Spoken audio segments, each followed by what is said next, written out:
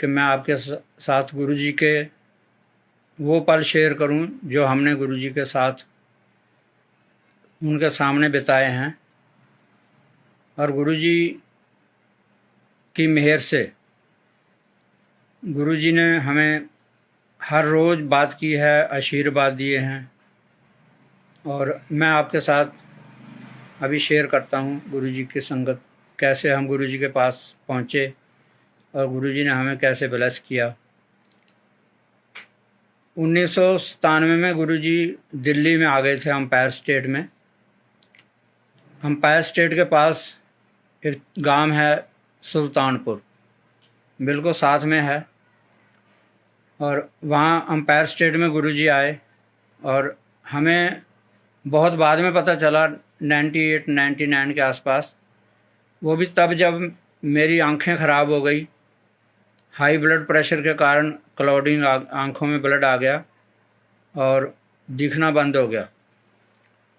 तो गुरुजी के वहाँ से जो अम्मा जी हैं, सुधा आंटी के वहाँ गुरुजी रहते थे, यहाँ एम्पायर स्टेट में। सुधा जी के सूट, पंजाबी सूट, और अम्मा जी के पंजाबी सूट, 2 बच्चियाँ थी गुरुजी के पास, गुरुजी के भाई साहब की। वो हमारे यहाँ सूट सिलाने के लिए आते थे। पंजाबी सूट आंटी सीती है। और गुरुजी ने उनको भेजना जब, तो अम्मा भी हमारे पास आती थी और बताती थी गुरुजी के पास आया करो, आपकी आंखें ख़राब हैं तो वो ठीक कर देंगे। हमने पहले तो ये सोचा कि गुरुजी ऐसे दिल्ली में क्या पूरे संसार में बहुत गुरु हैं और गुरुजी हमें क्या ठीक करेंगे। हमें इतना विश्वास नहीं था गुरुजी पे, या किसी पे भी नहीं विश्वास होता था मेडिकल में, राजेंद्रा में। लेकिन डॉक्टर कह रहे थे ऑपरेशन करना पड़ेगा, ऐसे ठीक नहीं होगा, बहुत ज़्यादा ब्लड है आँखों पे। तो खैर इलाज चलता रहा। और इधर गुरुजी, जो अम्मा ने बताया कि आप हमारे यहाँ आओ, गुरुजी सत्संग के टाइम प्रसाद देते हैं, चाय प्रसाद मिलता है, लंगर होता है, आप आओ, गुरुजी आपको ठीक कर देंगे। खैर अम्मा ने कई बार कहा, बच्चियों ने भी कहा। तो हम एक दिन बच्चों को भेजा, हमने पहले अपने तीनों बच्चों को, कि आप जाओ देखो वहाँ क्या होता है और आके बताना मुझे। और गुरुजी ने एक बार अपनी भतीजियों से पूछा था कि आप कहाँ, ये सूट कहाँ से सिलाती हो। तो बच्चियों ने बोला कि एक आंटी है वो सूट सीती है, सरदारनी आंटी। तो गुरुजी बोले कि वो हमारे पास नहीं आई कभी। तो बच्चियों ने बोला नहीं आई नहीं है। अच्छा वो कैसी है, कैसी लगती है। तो एक बच्ची बोली, गुरुजी की भतीजी बोली कि हमारी मम्मी जैसी है। तो गुरुजी सुन के बहुत हंसे, अच्छा ਤੁਹਾਡੀ मम्मी जैसी है। वो आई नहीं, उन्होंने कहना आए साढ़े कोल। अब बार बार गुरुजी का आ रहा था मैसेज कि आओ आओ। तो एक दिन बच्चों को भेजा, बच्चे गए, तीनों बच्चे, 2 बेटे हैं एक बेटी है, तीनों बच्चे गए गुरुजी के वहाँ दरबार में। गुरुजी ने जैसे बच्चे अंदर गए, गुरुजी ने पूछा वो ਤੁਹਾਡੇ मम्मी पापा नहीं आए। अच्छा कल उन्होंने भी लैके आना। बच्चों को वहाँ बैठाया, चाय प्रसाद, और गुरुजी अपने हाथों से प्रसाद देते थे उन दिनों। हर तरह का प्रसाद गुरुजी देते थे वहाँ अपने हाथों से। बच्चों को लंगर कराया और लंगर कराने के बाद अपने ड्राइवर छोटू से बोले कि जाओ इन बच्चों को गाड़ी में बैठा के घर छोड़ के आओ। अब तीनों बच्चों को वो घर छोड़ के गया गाड़ी में। और बच्चों ने आगे बताया कि वहाँ शब्द कीर्तन होता है और गुरुजी हाथों से प्रसाद देते हैं, चाय प्रसाद मिलता है, लंगर प्रसाद मिलता है। उसके बाद आगे ले कुछ नहीं है कि वहाँ कोई ऐसा आडंबर हो रहा हो, कुछ हो रहा हो। तो खैर हम दूसरे दिन मैं और आंटी 6 बजे तैयार हो गए जी। जब बिल्कुल मन नहीं करता था जाने को, हमने तैयार हो गए, 6 बजे बैठ गए तैयार हो गए। उन दिनों में हर रोज़ संगत होती थी, डेली संगत होती थी। और ऐसा नहीं था कि भाई कभी कोई ना। तो हम गए गुरुजी के पास, तैयार होके जा रहे हैं। जैसे हमारे घर से और गुरुजी के एम्पायर स्टेट के बीच में एक शिव मंदिर पड़ता है। वहाँ पहुँचे थे कि गुरुजी की गाड़ी 1 नंबर जो DLP आजकल डुगरी में खड़ी है, वो छोटू लेके आ रहा था, गुरुजी का ड्राइवर। बोला आओ बैठ जाओ, गुरुजी ने बुलाया। मैंने कहा नहीं, हम पैदल आएंगे, गुरुजी की गाड़ी में नहीं जाएंगे आप के पास। तो हम उसको भेज के वापस, और हम पैदल गुरुजी के वहाँ पहुँच गए। अब यकीन नहीं मानिएगा, जैसे हम गुरुजी के दरबार में अंदर कदम रखा, ऐसे दिमाग में जो अंधेरा सा या दुख की जो दिमाग में भरा हुआ था, वो सब गुरुजी के दर्शन करते ही दूर हो गया। और पर्दा, जैसे पर्दा फटता है, ऐसे दिमाग से एक आवाज़ आई पर्दा फटने की, कि बिल्कुल क्लियर हो गया सब कुछ। और जो बिल्कुल दिखता नहीं था, बिल्कुल गुरुजी के दर्शन हुए। गुरुजी सामने बैठे थे, नूर, बहुत चेहरे पे नूर था उनके, और बड़े अच्छे लग रहे थे गुरुजी। तब गुरुजी ने मुझे देखते ही बोले, सरदार जी टेलीफोन डिपार्टमेंट में काम करते हो? मैं कहा हाँ जी गुरुजी। अच्छा बह जो, कल्याण हो गया। सानू हमें बैठा दिया। बैठाने के बाद चाय प्रसाद आया, और चाय प्रसाद के बाद फिर गुरुजी ने मुझे बुलाया कि मम्मी पटियाला रहंदे ने? मैं कहा हाँ जी गुरुजी। गुरुजी को सब पता था। पटियाले, हमें गुरुजी कई बार कहते थे कि सुल्तानपुर से भी आप हमारे गवांडी हो, गवांडी मीन्स नेबर, और पटियाला से भी आप हमारे गवांडी, क्योंकि मलेरकोटला के पास ही पटियाला है। तो गुरुजी हमें इस तरह से बुलाते थे। खैर गुरुजी ने बोला, अच्छा अपनी मम्मी नू कह के शहद मंगाओ, पुराना शहद मंगा लो। उन दिनों में मोबाइल नहीं होता था, तो मैंने लैंडलाइन से बात करके माँ से, और उनको बताया कि आप शहद भेज दो। हफ्ता लगा शहद आने में, और शहद आने के बाद गुरुजी को मैंने शहद ला के दिया एक शीशी में भर के। गुरुजी ने ब्लेस किया और शहद मुझे दे दिया कि ये 2 दिन आपने हफ्ते में 2 बूंद दोनों आंखों में 2-2 बूंद डालना है। अच्छा, उससे पहले गुरुजी ने मुझे, जब एक हफ्ते पहले जब हम जाना शुरू किया था, दूसरे दिन बोले कि आप महरौली जाओ, और महरौली से एक चांदी का कड़ा जो 2.25 तोले का होना चाहिए, पुराने तोले, आज के ग्रामों में नहीं, 2.25 पुराने तोलों में कड़ा बनवाओ, और उसमें जोड़ नहीं होना चाहिए कोई। तो मैंने कहा जी गुरुजी ठीक है, मैं जाता हूँ। अब महरौली में घूमता रहा मैं, और भी जगह गया, 1-2 जगह। बिना जोड़ का कड़ा बनाने को कोई सोनार तैयार नहीं हुआ। बोले जी जोड़ तो लगेगा ही। तो मैंने कहा नहीं, मुझे तो बिना जोड़ कर 2.25 तोले का ही शुद्ध चांदी का कड़ा चाहिए। तो गुरुजी की कृपा से एक सुनार मान गया कि जी मैं बना दूंगा आपको कड़ा। अब उसने कड़ा बना दिया। कड़ा लेके, ये कड़ा जो मैं आपको अभी दिखा रहा हूँ, ये गुरुजी के हाथ से ब्लेस किया हुआ कड़ा है चांदी का। गुरुजी ने इसको ब्लेस किया और मुझे दे दिया कि इसे पहन लो, और शहद डालते रहे। कड़ा पहन लिया, और दिन रात नज़र ठीक होने लगी। इधर गुरुजी ने एक जग मंगाया मेरे से, तांबे का जग। उन्होंने तो कहा जग ले आना तांबे का। अब मैं 2 लीटर का जग उठा लाया जी, मुझे पता नहीं था। तो गुरुजी हाँ से देख के जग, बोले अड्डा वड्डा की करना सी। खैर कहते कोई बात नहीं, जितना पी सको पी लेना, बाकी स्नान करते टाइम उसमें डाल दिया करना। तो खैर ये चीज़ें होते होते गुरुजी के पास जाते, रोज़ गुरुजी से आशीर्वाद मिलता था, कल्याण हो गया, मौज करो, ऐश करो, ये गुरुजी हमेशा बात करते थे। आंटी से हर रोज़ बात होती थी। अब हमने तो सुना था कि गुरुजी किसी से बात नहीं करते, लेकिन हम जब जाना शुरू किया, पता नहीं हमें, सुल्तानपुर में देखो हज़ारों लोग रहते हैं, लेकिन गुरुजी ने हमें ही चुना। पता नहीं क्या कारण था, हमारे गुरुजी ने हमें चुना इतने लोगों में। और कोई संगत सुल्तानपुर से नहीं जाती थी, बल्कि एम्पायर स्टेट में भी बहुत लोग रहते हैं, वो भी नहीं आते थे। कुछ आसपास के लोग थे, 4-5 जो लोग आते थे। खैर गुरुजी ने हमें अपने पास बैठाना, गुरुजी बात करते थे, आंटी से बात करते थे। और गुरुजी जिनको भी चोला, अपना चोला देते थे, जो पहना हुआ चोला गुरुजी लोगों को देते थे ब्लेस करने के लिए, तो वो बोलते थे आंटी के पास जाओ, उत्थे जाकर सुलाओ। और सब लोग हमारे पास ही आते थे चोला से लाने के लिए। तो गुरुजी के चोले ये सीती थी, तो पैसे कईयों से नहीं लेना चाहती थी कि गुरुजी के चोले हैं तो नहीं लेने। तो गुरुजी ने एक दिन मैसेज पहुंचा दिया कि उनको बोलो पैसे ज़रूर लिया करो, मेहनत का काम कर रही हो तो ले लो पैसे। तो गुरुजी के कहने पे गुरुजी ने कहा 500 रुपये लिया करो हर एक से। गुरुजी अपने बिल्कुल भक्तों का ख्याल रखते हैं। गुरुजी हमेशा बहुत, कई बार जैसे बड़े घर के लोग होते हैं वो ऐसी बातें हमें कहते थे, वहाँ संगत में भी कह देते थे और मैसेज भी आता था। अम्मा घर पे आ जाती थी, गुरुजी का कोई गुरुजी को स्पेशल चीज़ दे के जाता था तो अम्मा जी के हाथ में वो हमारे घर तक पहुँचाते थे गुरुजी। कोई चीज़ किसी दिन हम नहीं गए तो ज़रूर हमारे पास घर आ जाती थी। गुरुजी आके उनको बोलते थे अम्मा जाके सरदारी नाल सत्संग कर।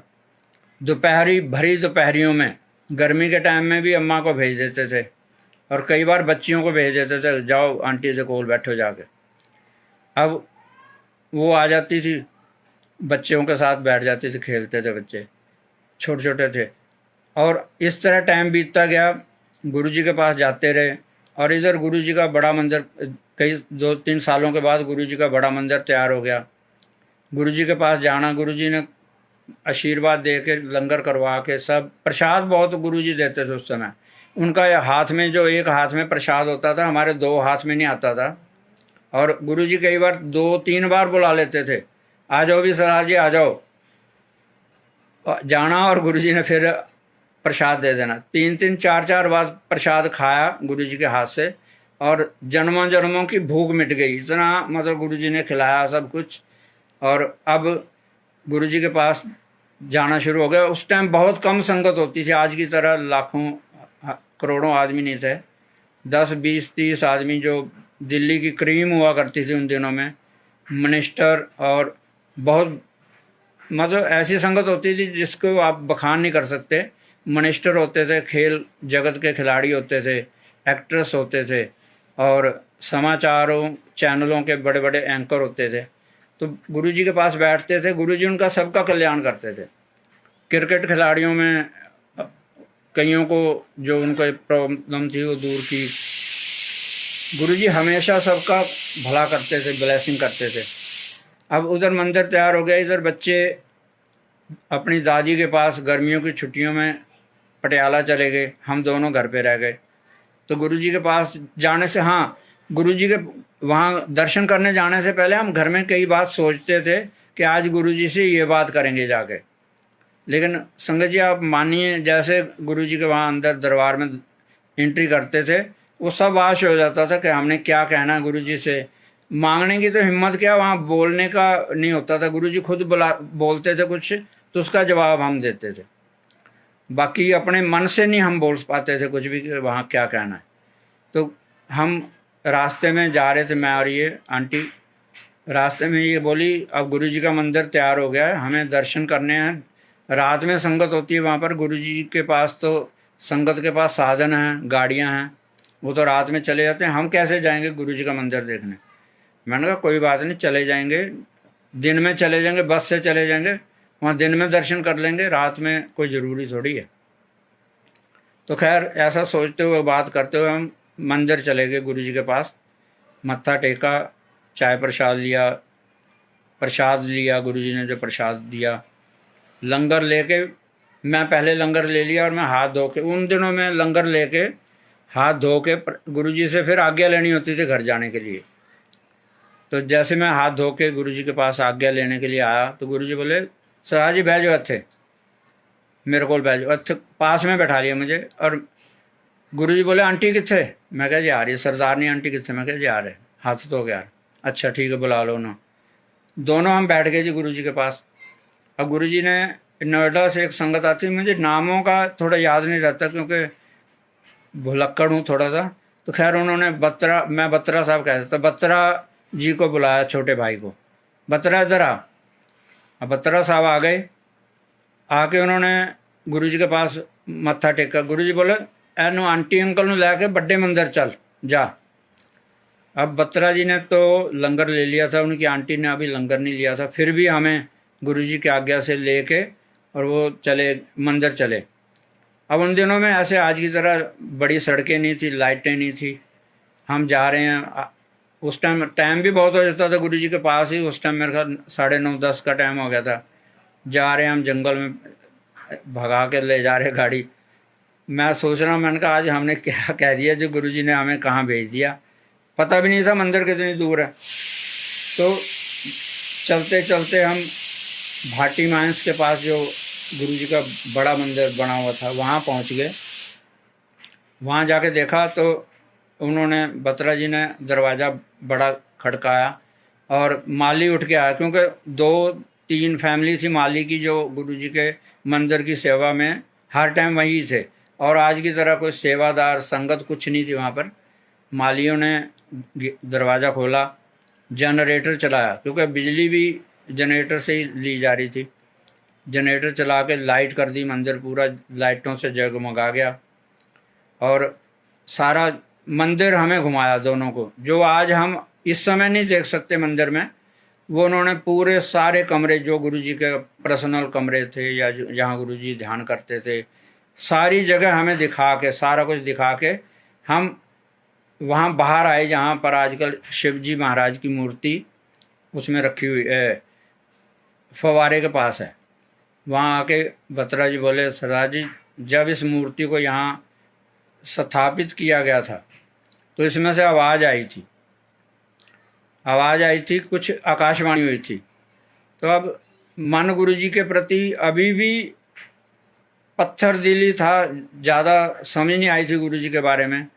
तो मन में सोचा मैंने उनको तो कुछ नहीं कहा, मन में सोचा, मैंने कहा ये जो महापुरुष होते हैं ये त्राटक विद्या मीन्स हिप्नोटिज्म से किसी भी चीज़ को बुला सकते हैं, पत्थरों से भी बात करा देते हैं, सब कुछ संभव है हिप्नोटिज्म द्वारा। अब ये कह कि मैंने उनसे तो नहीं कहा, हम अंदर जाके बड़े मंदिर में बैठ गए दरबार में। अब 5 लोग हम बैठे थे, 1-2 वो अंकल आंटी, 2 हम और 1 माली बैठ गया, हमारे 5 लोग बैठे हुए थे। इतने में आज जो पहले लंगर नीचे अंडरग्राउंड लंगर था, छोटा सा लंगर था क्योंकि संगत ज़्यादा नहीं होती थी, तो गुरुजी उस साइड से गुरुजी ने अंदर प्रवेश किया मंदिर में, और कम से कम 20 से ज़्यादा लोग, 20-25 लोग होंगे जो गुरुजी के साथ संगत के रूप में थे, अंदर एंट्री की और हम खड़े हो गए। तो गुरुजी बोले, आंटी तू कहती सी ना मंदिर किद्दां देखांगी, ए हुण देख ला मंदिर, देख लिया किद्दां लग्या तेनू? बोली हाँ जी गुरुजी बहुत अच्छा लगा, आपने दर्शन करा दिए, बहुत ही अच्छा लगा। अच्छा बैठ जाओ। गुरुजी ने हमें बैठ गई सब सज के, गुरुजी बैठ गए अपने सिंहासन पे। अब गुरुजी प्रसाद बंटवारा करके सबको प्रसाद दिया, गुरुजी ने अपने हाथों से हमें भी दिया, और बहुत सारा प्रसाद दिया गुरुजी। ये आंटी के पास से बहुत प्रसाद हो गया, गुरुजी ने मिठाई के डिब्बे, और गुरुजी पता नहीं क्या मेहर करते रहते थे, बहुत कुछ देते थे गुरुजी। खैर थोड़ी देर में गुरुजी ने जोशी अंकल और एक और संगत से कहा, जो सेवक से, कि जाओ मेरे कमरे तो ना गुरु नानक देव जी स्वरूप ले आओ बड्डा चक के। आज जो मेरे पीछे आप देख रहे हैं गुरु नानक देव जी का ये स्वरूप गुरुजी ने अपने हाथों से मुझे वहाँ बड़े मंदिर से उस दिन दिया, और ये इतना बड़ा है कि किसी वो जब दिया तो मैं घबरा गया देख के, मैंने कहा ये इतना बड़ा स्वरूप दे रहे हैं गुरुजी, कैसे जाएगा घर। खैर थोड़ी देर में गुरुजी ने बड़े बत्रा जी को बुलाया, उनके बड़े भाई को बुलाया, बोले बत्रा तेरे को सीलो गड्डी है? बोला हाँ जी। अच्छा सरदार जी गुरु नानक देव जी का स्वरूप लैके उन्होंने घर छड़ गया। अब खैर चलो, मैंने और उन्होंने स्वरूप उठाया, इसने प्रसाद उठाया, और हम बाहर आए गाड़ी तक।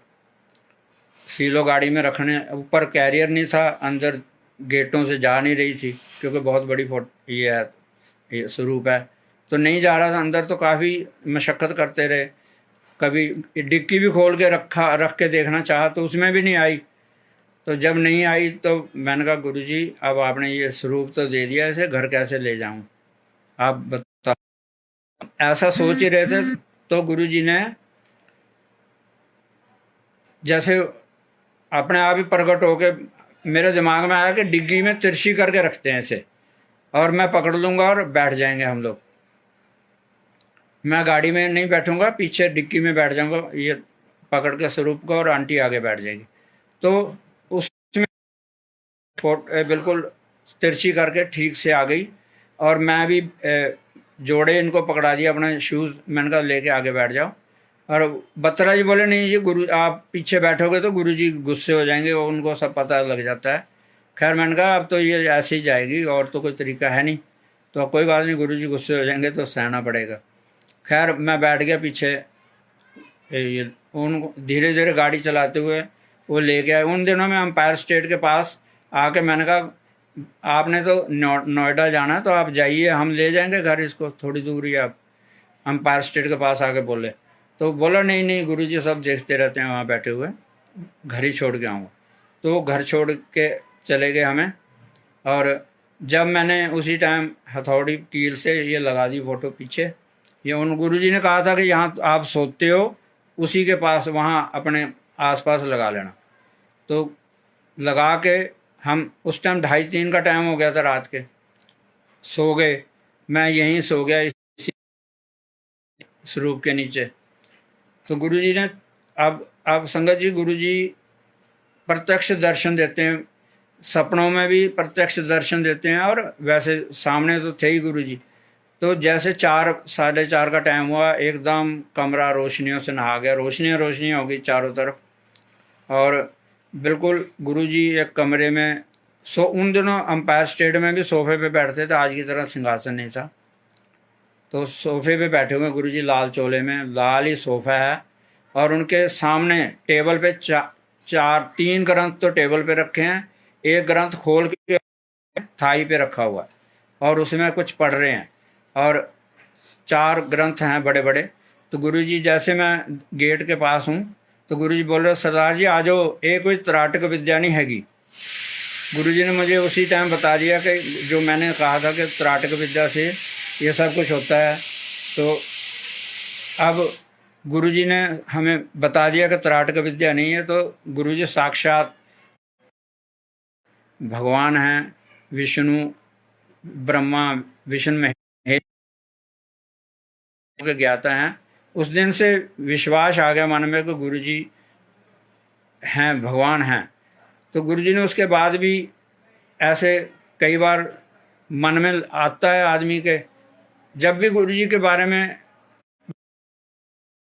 क्योंकि प्रत्यक्ष बता दिया था गुरुजी ने।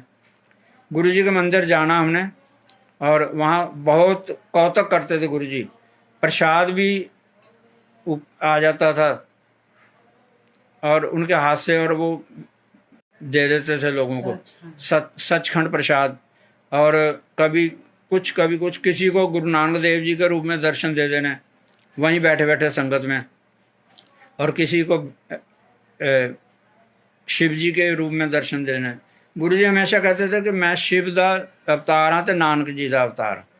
तो गुरु जी बहुत मतलब ज़्यादा किसी को ऐसा नहीं कि कोई वहाँ कोई रूल, संगत जिस तरह से भी आती थी बैठ जाती थी, जैसे भी आती थी बैठती थी। गुरुजी सबका कल्याण करते थे।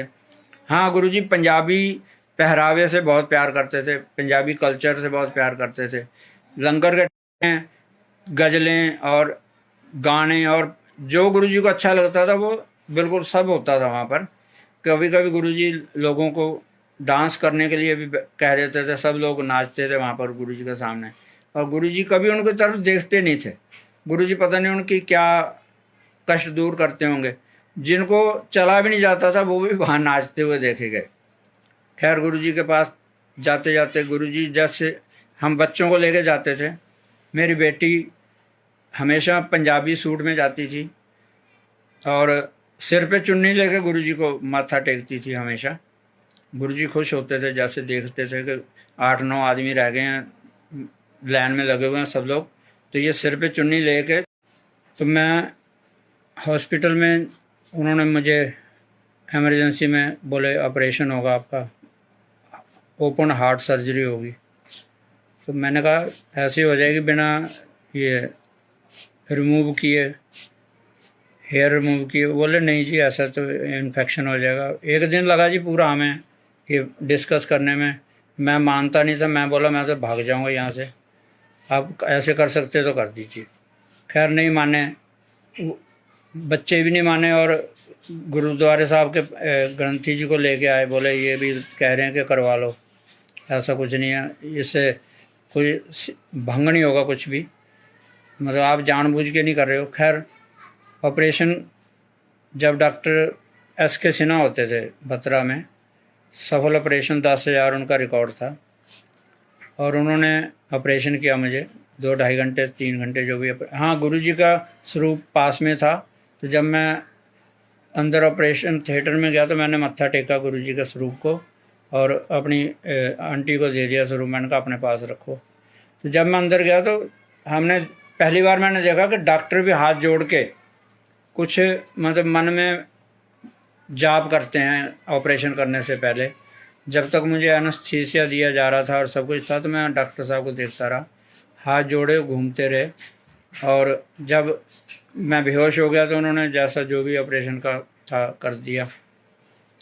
2.5-3 घंटे बाद मुझे वहाँ से रिकवरी रूम से वार्ड में ले गए, और कुछ देर बाद जब होश आना शुरू हुआ तो नर्स आई, उन्होंने मुझे कहा मेरा हाथ खींचो, ऐसा मतलब जो उनका प्रोसेस होता है कि होश में आ गए हैं कि नहीं। होश में आने के बाद कुछ देर बाद आंटी को और बेटे को बाहर से बुलाया गया, मुझे मिलवाया। तब तक मुझे इतना होश नहीं था, फिर भी बात हो रही थी कौन आया कौन गया है। खैर, जब वार्ड में पहले ICU में रखते हैं बहुत हफ्ता 3-4 दिन, उसके बाद जब ICU में डरावने सपने आने लगे और बिल्कुल काली छाया ऊपर उड़ती रहती थी, और ऐसा लगता था कि जैसे पता नहीं कौन कौन ऊपर मंडरा रहे हैं, चेहरे नज़र आते थे डरावने। तो मैंने गुरुजी से कहा, मैंने गुरुजी आपने जो अभी ये जो आ रहा है डरावना काम, इसको तो हटाइए और अपने दर्शन दीजिए, अपने मंदिर के दर्शन कराइए। तो वहाँ लेटे लेटे मुझे मेरे दिमाग के ऊपर से जैसे लड़ाकू जहाज़ निकल जाता है ना, बड़ी तेज़ आवाज़ करता हुआ, ऐसे कुछ हुआ, और वो जो काले सपने और वो जो दिमाग में ऐसे फितूर आ रहा था एनेस्थीसिया की वजह से, वो सब ख़त्म हो गया। और गुरुजी के मंदिर के दर्शन हुए, शिवलिंग बड़ा वाला जो ऊपर मंदिर के ऊपर है, साफ नज़र आया और मन शांत हो गया। अब आप मानोगे नहीं, दूसरे तीसरे दिन से मैं अपने आप उठा और सब काम अपने आप करता था, कपड़े पहनने, जो भी वो वहाँ का प्रोसेस था वो अपने आप करना। आस पड़ोस के बेडों पे जो और लोग थे वो नर्सों को गालियाँ देते थे और बड़ी बुरी तरह से मारते थे उनको। बहुत अच्छा नहीं लगता था, लेकिन वो उनकी मजबूरी होगी। तो गुरुजी ने मुझे तो अपने सारे काम में अपने हाथों से बाहर घूमने जाना, अपने आंटी भी आ जाती थी, इसको भी गुरुजी की कृपा से किसी गार्ड ने नहीं रोका, रात को भी मिल जाती थी, आ जाती थी, बैठ जाती थी पास में। तो गुरुजी ने वहाँ बिल्कुल जो मेरे 8-10 दिन वहाँ निकाले, बहुत मतलब आराम से मैं खुद ही अपने आप सब कुछ करने लगा। और जैसे ही वहाँ से घर आया मैं 8-10-15 दिन बाद, घर आने के 15 दिन बाद मैं गुरुजी के दर्शन करने गया। गुरुजी बैठे हुए थे, मैं गया। हाँ जी सरदार जी, अपना हार्ट रिपेयर कराया है, नवा पवा लिया हार्ट? मैं कहा हाँ जी गुरुजी, तुसी नवा हार्ट पाता। अच्छा ठीक है, सब कल्याण हो जाएगा। ऐसे गुरुजी थोड़ी देर में मुझे बुलाया, बोले सरदार जी तुसी पैग ला लेंदे हो, विस्की पी लेंदे हो? मैं कहा नहीं गुरुजी, मैं नहीं पींदा। अच्छा इदा करो, थोड़े दिनों बाद 1 पैग 2 पैग ले लिया करो। अब गुरुजी ने मुझे ये बात कही, और जबकि मैं नहीं पीता था तो प्रसाद के तौर पे मैं जब ठीक हो गया 1-1.5 महीने बाद मैंने लेनी शुरू कर दी। और गुरुजी ये दवाई के तौर पे, ये कोई मैसेज नहीं है कि दारू पियो सब लोग।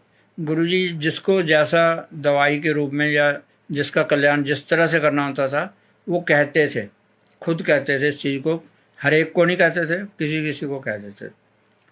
इधर गुरुजी के पास जाने से हमें दिल्ली में या पंजाब में कोई भी मैरिज पार्टी या किसी तरह की भी गुरुजी को जो कार्ड दे के जाती थी संगत, वो गुरुजी को ब्लेस करने के लिए 10-20 कार्ड देते थे। गुरुजी अपने हाथों से संगत को देते थे कि आप ये पहुंचो। तो पटियाला में कोई 22 नंबर फाटक है, वहाँ पर प्रोग्राम था, गुरुजी ने भी वहाँ जाना था, तो हमें कार्ड दिया। और मत्था टेकते टाइम गुरुजी रोज़ मुझे कहते थे चलो सरदार जी 22 नंबर फाटक, ऐसे कुछ भी नाम रख देते थे गुरुजी। एक बार हजूर साहब हम चले गए तो गुरुजी को जैसे पता चला तो उन्होंने नाम रख दिया मेरा, हजूर साहब, खंडूर साहब। ऐसे गुरुजी आवाज़ लगाते थे संगत में से, चलो सरदार जी घर चलो, हजूर साहब, खंडूर साहब चलो। गुरुजी इन चीज़ों को मना करते थे कि कहीं बाहर मत घूमो, भगवान तो वहीं पास में बैठा है। तो खैर मन दिमाग जो है आदमियों का कहाँ मानता है। खैर गुरुजी ने जैसे नाम रख दिया, नाम लेके बात करते थे कई बार। तो ऐसे गुरुजी ने एक बार दर्शन दिए मुझे बड़े मंदिर में, कि मैं वहाँ बड़े मंदिर में खड़ा हूँ। गुरुजी एक किसी जगह पे लेटे हुए हैं, उनके जो जटाएं हैं शरीर की, मतलब जटाओं में से गंगा निकल रही है, गंगा निकल रही है। गुरुजी का वो स्वरूप अपना ही है, मतलब शिव जी का स्वरूप नहीं है, गंगा निकल रही है। गुरुजी ने मुझे बुलाया कि सर आज इधर आओ, जरा सामने एक टोकरी पई सी, ऊपर टोकरी पड़ी हुई थी, ए पकड़ाओ मैनू। अब मैं जा रहा हूँ, देखता हूँ ये गुरुजी के, मेरे साथ ऐसा हुआ, गुरुजी ने सपने में मुझे ऐसा बताया। जैसे मैं गया, टोकरी को मैंने उठाया हाथ में और लाकर गुरुजी के पास रखा। गुरुजी टेढ़े होकर थोड़ा सा तिरछे से होकर देखा उसे, और जैसे हीरे मोती भरे हुए ना उसमें, ऐसे हीरे मोती भरे हुए थे। और इससे पहले कि गुरुजी मुझे कुछ कहते, तो एक बड़ा सा गेट था, उसमें एक काला साया बहुत बड़ा उसमें प्रकट हुआ, और अंधेरा सा हो गया, और एकदम मेरा सपना टूट गया। अब मुझे ये बाद में अभी आज तक समझ नहीं आया कि गुरुजी ने वो मुझे क्या दिखाया। या तो मेरे ऊपर कोई परेशानी थी, वो गुरुजी ने दर्शन दे के मेरी परेशानी दूर कर दी, वो काला साया आया और चला गया। और इस तरह अभी ये कुछ दिन की बात है, अभी जैसे कोरोना के कारण हम सभी लोग टेंस तो हैं सभी, गुरुजी के होते हुए इतनी टेंशन करने की ज़रूरत नहीं है, पर फिर भी दिमाग में तो आता ही है कि ये क्या हो रहा है। बड़े बड़े वैज्ञानिक, बड़े बड़े डॉक्टर सब फेल हैं, किसी को कोई दवाई नहीं मिल रही इसकी। यहाँ आके पता लगता है कि सब चीज़ आदमी ने अपने ऊपर ओढ़ रखी है कि हम ये भगवान हैं, हम ये हैं, कुछ भी नहीं है। डॉक्टर और विज्ञान सब फेल हो गए। तो मैं ऐसे कुछ बात करके सोया था, तो मुझे रात में गुरुजी ने सुबह के टाइम एक बहुत बड़ा ट्राला है, ट्रक है बहुत बड़ा, उसमें गुरुजी ने सफ़ेद वर्दी जैसा स्टार लगे हुए वर्दी पे ऐसे बैठे हुए हैं उस ट्राले के स्टीयरिंग पे। और पहले तो गुरुजी ने अपना स्वरूप था गुरुजी का, जैसे मैंने उधर देखा, मैंने कहा गुरुजी बैठे हुए हैं, तो एकदम शिवजी महाराज के स्वरूप, बिल्कुल शिवजी, शिव, प्रत्यक्ष शिव मुझे दिखे वहाँ बैठे हुए। और बस हाथ से उन्होंने इशारा किया, तो ऐसा लगा कि गुरुजी ने कहा कि सब ठीक है, जो भी हो रहा मन में मत सोचो। तो गुरुजी इस तरह से कभी ना कभी कोई अच्छी शांति प्रिय बात करवा देते हैं, तो मन खुश हो जाता है कि गुरुजी अभी भी हमारे साथ हैं। तो अभी कुछ दिन जैसे गुरुजी के पास जाते जाते एम्पायर स्टेट में गुरुजी ने एक दिन आंटी को बुलाया कि आंटी, मतलब फ़ोन कर देते थे या अम्मा के थ्रू मैसेज आ जाता था।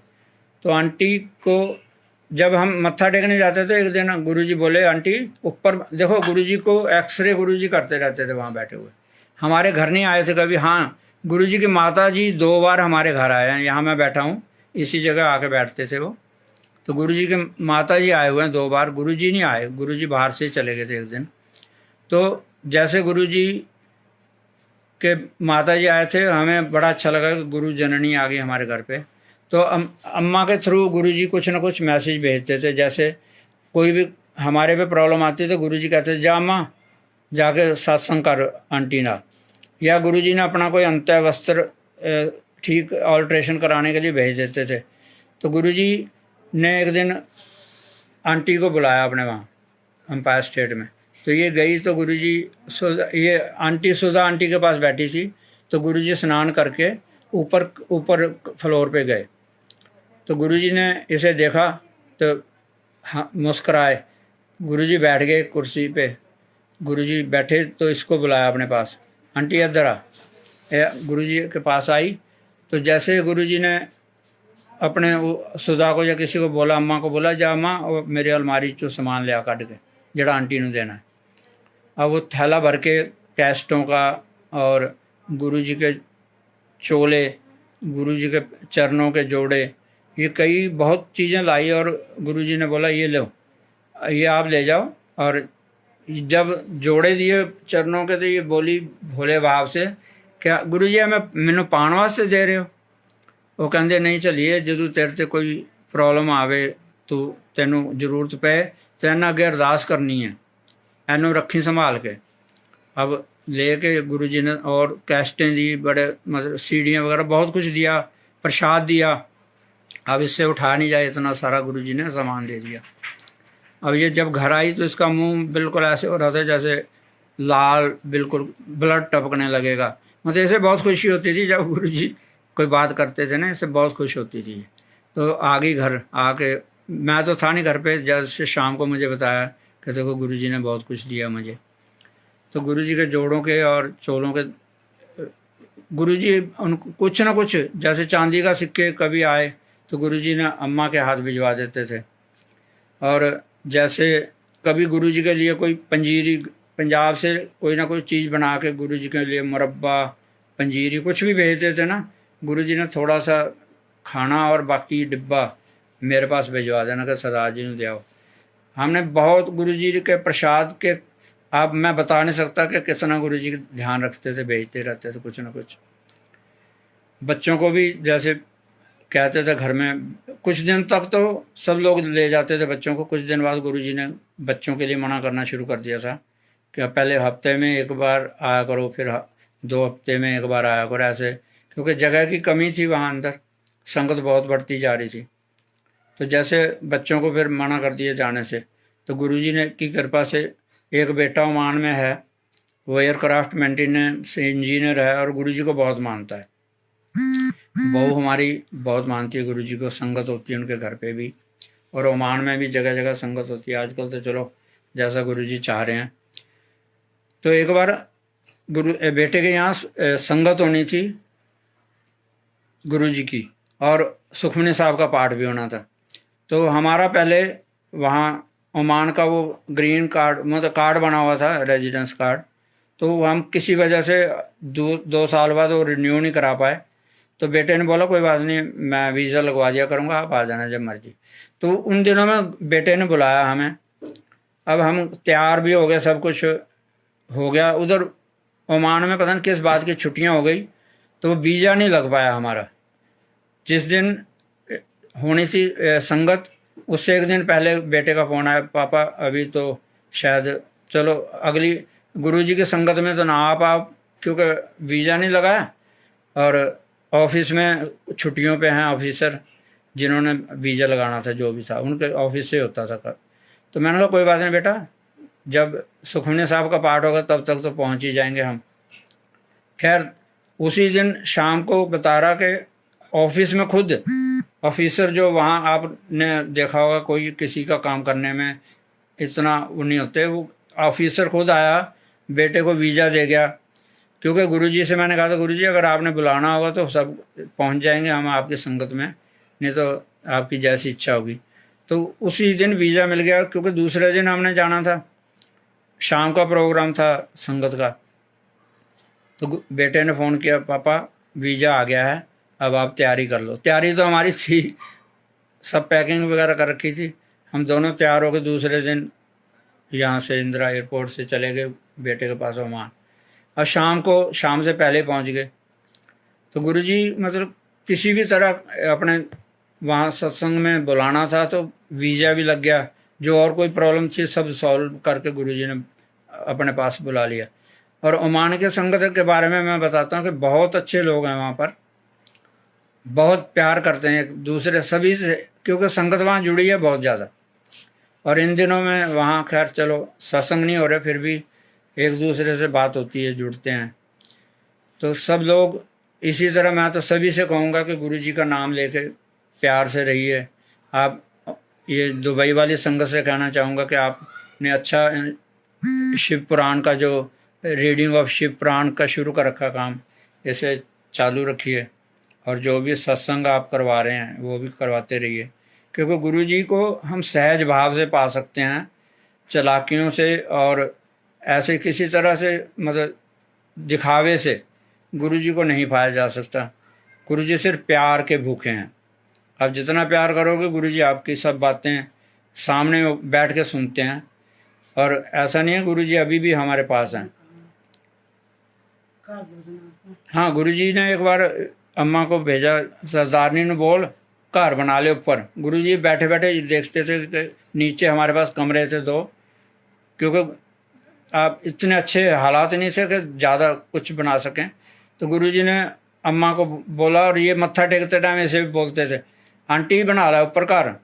अब हिम्मत नहीं थी बनाने की, फिर भी एक दिन जैसे बार बार गुरुजी ने कहा, तो एक दिन मैंने कहा, गुरुजी कदों बनाइए, हम अरेंजमेंट कर लेंगे, अगले मंगलवार बना लो, मतलब रख लो। अगला मंगलवार तो तीसरे, हाँ संडे को गए थे हम, बीच में सोमवार और अगला मंगल। मैंने कहा गुरुजी मंगलवार तो नहीं हो पाएगा क्योंकि सामान भी नहीं मंगाया अजय। ओ नहीं नहीं कोई नहीं, अगले मंगलवार बना कर दो शुरू। अब अगले मंगलवार को हमने गुरुद्वारा साहब के ज्ञानी को बुला के अरदास करा के ऊपर काम शुरू करा दिया। अब हमने सोचा था ऊपर एक कमरा और बन जाएगा, 3 कमरे हो जाएंगे, तो इतना ही था, बजट भी इतना था। अब बनने लगा, बनते बनते बनते ऊपर 2.5 मंजिल, मतलब 3 कमरे ऊपर बनवा दिए गुरुजी ने। और हमें, अब गुरु संगत जी मानोगे नहीं, बिल्कुल ही पता नहीं चला कि कब कैसे बन गया। गुरुजी ने क्या क्या कहाँ से अरेंज करा दिया और बिल्कुल तैयार कर दिया गुरुजी ने ऊपर। मतलब गुरुजी ने इतनी मेहर की, क्योंकि गुरुजी कहते थे ना। अब एक बार आंटी को फ़ोन आया गुरुजी का। अब गुरुजी की आवाज़ तो अलग है ना सबसे, इसे समझ नहीं आ रही कि कौन बोल रहा है। बहुत देर तक, कम से कम 15-20 मिनट बात करती रही गुरुजी से। इसे समय गुरुजी पूछे, आंटी कितने रहनी है तू? पूछते रहे, ये बता रही कि मैं यहाँ सुल्तानपुर में रहती हूँ। अच्छा आंटी कितना, सारा कुछ पूछते रहे, बहुत कुछ पूछा काफ़ी देर, इसे पता नहीं चला। अच्छा बाद में बोले, अच्छा आंटी, जो आंटी बोले ना, अच्छा आंटी चलो ठीक है रख दो। अब इसे समझ आ गई कि हो, ये तो गुरुजी की आवाज़ थी। ये फिर पछताई बहुत कि गुरुजी को मैंने क्यों नहीं पहचाना। तो गुरुजी ऐसे कभी कभी ऐसे फ़ोन करते थे और बात करते रहते थे। और गुरुजी के लिए आप सबसे यही प्रार्थना कि आप अपना प्यार गुरुजी के प्रति रखिए, विश्वास रखिए। गुरुजी अभी भी, हाँ आज की संगत ज़्यादा ब्लेस्ड है, क्योंकि हमने फिजिकल देखा है गुरुजी को, सामने बैठ के बात करी है, तो मन अभी भी हमारा वही फिजिकल देखने के ऊपर है। लेकिन आप लोग गुरुजी के बाद जुड़े हैं, गुरुजी के महासमाधि के बाद जुड़े हैं, तो आप उन्हें गुरुजी आप सबका भला करते हैं और भला करते ही रहेंगे। और अभी तो और बोलने की हिम्मत नहीं है, क्योंकि गुरुजी जितना बुला सकते हैं उतने बुलाते हैं। अब बीच बीच में 2 बार खराबी भी आ गई, फ़ोन भी मेरा पहले से ख़राब है, तो मैं इसके लिए भी क्षमा चाहूँगा संगत जी से। और जब कभी फिर मौका लगा तो और कोई शेयर करने के लिए बहुत है, क्योंकि रोज़ जाते थे गुरुजी के पास, लेकिन अब दिमाग में नहीं आ रहे गुरुजी कुछ ना कुछ।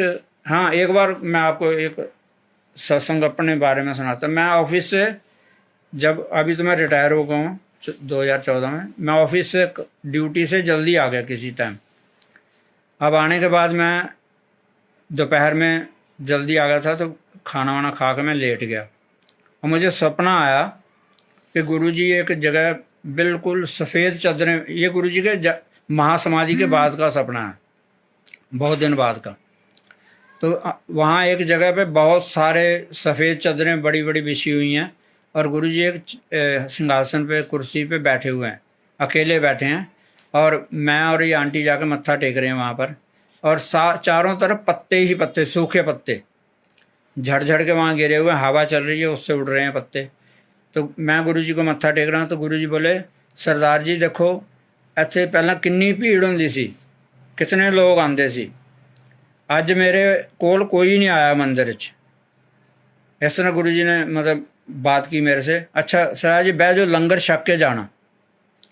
गुरुजी जब भी ऐसे बोलते थे तो वही, जब मेरे एकदम मैं जाग गया, मैंने कहा ये क्या हुआ, गुरुजी याद कर रहे हैं। तो मैंने फटाफट स्नान किया। ये बोले क्या हो गया, मैंने कहा मैं अब तू तैयार हो जा आंटी, हमने गुरुजी के पास जाना, गुरुजी ने बुलाया है। गुरुजी कह रहे आज कोई नहीं आया मंदिर, छोटे मंदिर की बात बता रहा हूँ मैं आपको, एम्पायर स्टेट। तो हम तैयार होके, स्नान करने के बाद तैयार होके मैं, और तैयार होके हम चले गए छोटे मंदिर गए। और जबकि वहाँ संगत नहीं होती थी उन दिनों में, सुधा आंटी घर पे नहीं होती है तो बंद हो जाती है संगत। तो तब भी अम्मा ने हमें बैठाया, चाय प्रसाद दिया पहले, तो हम बैठे रहे। अम्मा से हमने कोई बात नहीं की। गुरु जी को अरदास करी कि गुरु जी कोई ਅਸੀਂ ਆ ਗਏ ਹਾਂ ਤੁਹਾਡੇ ਕੋਲ, ਹੁਣ ਜਿੱਦਾਂ ਤੁਸੀਂ ਕਹਿ ਰਹੇ ਸੀ ਵੀ ਕੋਈ नहीं आया, तो मैं कहा ਅਸੀਂ आ गए हैं ਹੁਣ ਤੁਸੀਂ देखो। तो गुरु जी ने मतलब आशीर्वाद ही दिया होगा। तो हम जब चाय प्रसाद लेके थोड़ी देर में चलने की तैयारी कर रही, तो अम्मा बोली सरदार जी रुक जाओ, प्रसादा छक के लंगर छक के जाना। क्योंकि गुरु जी ने कहा था ऐसे टाइम में कभी लंगर नहीं मिलता था, जैसे कोई वहाँ प्रोग्राम ना हो तो लंगर नहीं था। फिर भी अम्मा ने हमें बैठाया कि सरदार जी लंगर छक के जाना, क्योंकि गुरु जी ने कहा था सपने में कि लंगर लेके जाना। अब लंगर आ गया हमारे दोनों के लिए, तैयार था, लंगर ला के हमें छकाया। और हम गुरु जी को फिर धन्यवाद किया, गुरु जी आपने जो कहा था कि लंगर लेके जाना, आपने वो भी छका दिया, अपने दर्शन भी दे दिए, चाय प्रसाद भी मिल गया, और दूसरा प्रसाद भी अम्मा ने हमें दिया। तो मेरा कहने का मतलब गुरु जी कभी कभी बातें करते हैं हमसे, चाहे वो स्वप्न में आ जाएं कैसे आएँ, तो मन की बात उनके या मेरे ऐसा कोई दिमाग में नहीं था कि गुरु जी के पास आज कोई आया होगा कि नहीं, लेकिन फिर भी मुझे पता चला तो मैं गुरु जी के पास गया। गुरु जी के पास मत्था टेकने, जैसे लंगर लेने के बाद मत्था टेकने जाते थे, तो गुरु जी 8-10 आदमियों से पहले ही मुझे इशारा करते, चलो सरदार जी चलो। उत्थों मैं लाइन च निकल के उत्थे ही मत्था टेकना और वापस घर, आंटी ने भी आ जाना मेरे नाल। गुरु जी ऐसे हमें परखते हैं कि ये कई लोग मैंने देखा है कि गुरु जी के चरण छुए बिना घर नहीं जाना चाहते, वो गुरु जी मना भी करते रहे तब भी जाके ज़बरदस्ती चरण छूते हैं। तो इससे ये सिद्ध होता है कि गुरु जी हमें देख रहे हैं। जब 8-10 आदमियों के बाद मुझे वो इशारा करते थे तो मैं ये समझता था गुरु जी ने मुझे, मेरी हाजिरी लग गई है, गुरु जी ने कह दिया कि आप जाओ। और वैसे भी गुरु जी हमें वहाँ ज़्यादा देर नहीं बैठने देते थे। गुरु जी कहते थे जाओ ऐसे बिल लेना है, जाके काम करो घर। और एक बार जैसे मैंने बीच में रह गया, आँखों का ऑपरेशन मेरा जो मैंने बताया था कि होना था, तो गुरु जी से जैसे मैं ठीक होने लगा शहद डालने से और गुरु जी के आशीर्वादों से, तो एक दिन वो फिर मेरा ऑपरेशन का जो डेट थी, वो डॉक्टर का मुझे फ़ोन आया कि आपका ऑपरेशन है, तो डेट आ जाओ, आप आ जाओ। तो मैंने गुरु जी से पूछा, मैंने गुरु जी ऑपरेशन कराना, मैंने डॉक्टर ने बुलाया। कहता नहीं नहीं सरदार जी ऑपरेशन नहीं कराना, डॉक्टर तो इत्थे धक्के खांदे फिरदे ने। गुरु जी ऐसे स्पष्ट बातें बोलते थे, सबके सामने बोलते थे, और वो मैंने नहीं करवाया जी ऑपरेशन। तो और मैं आपसे आज्ञा लूँगा, और कोई गलती होगी हो या बीच में डिस्टरबेंस हुई हैं 2 दिन, तो आप लोग सब गुरु जी से प्यार कीजिए। जो अपना नित्य नेम है उसमें गुरु जी का नाम, गुरु जी को शामिल कीजिए। गुरु जी हमेशा आपके साथ हैं, चाहे आप विदेशों में, आजकल तो गुरु जी वर्ल्ड वाइड सत्संग हो रहे हैं गुरु जी के, और इस कोरोना ने तो गुरु जी को और महान बना दिया है, हमें रोज़ सत्संग सुनने को मिलते हैं। तो मैं यही चाहूँगा कि सब लोग पुरानी नई संगत जो भी हैं गुरु जी के गुणगान करते रहें और गुरु जी से जुड़े रहें। गुरु जी आप सब पे अपनी मेहर बरसाएंगे, मौज कराएंगे और ब्लेसिंग करते रहेंगे। जय गुरु जी। आप सबका धन्यवाद। अब ये जो मेरे पीछे स्वरूप लगा हुआ है ये गुरु जी ने दिया हुआ है, और आपको मैं और गुरु जी के स्वरूप जिन पे गुरु जी ने अपने साइन किए हुए हैं वो भी मैं आपको दिखा देता हूँ।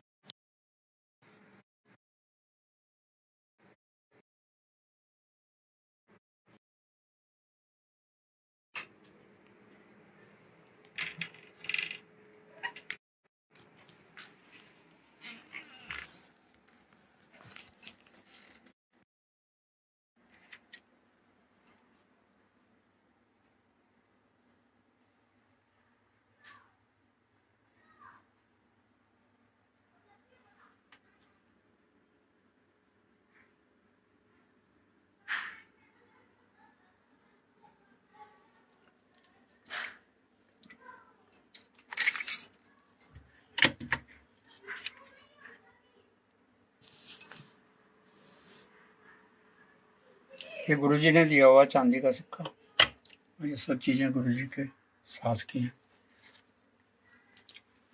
और ये गुरु जी के जोड़े हैं, गुरु जी के जो जोड़े हैं, ये कभी आप दिल्ली आएंगे तो आपको दर्शन करवाऊंगा। और अटैची में, यहाँ ऊपर अटैची में गुरुजी के वस्त्र रखे हुए हैं, वो सब कुछ आपको दिखाएंगे।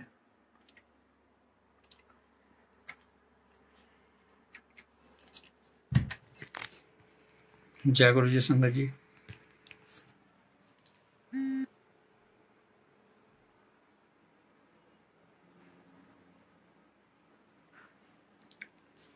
जय गुरु जी।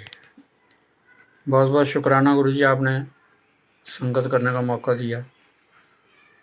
बहुत बहुत शुक्राना, बहुत बहुत शुक्राना, थैंक यू। पूरे सब संगत का धन्यवाद। गुरु जी सब पे मेहर करें। बहुत बहुत शुक्राना, बहुत बहुत शुक्राना।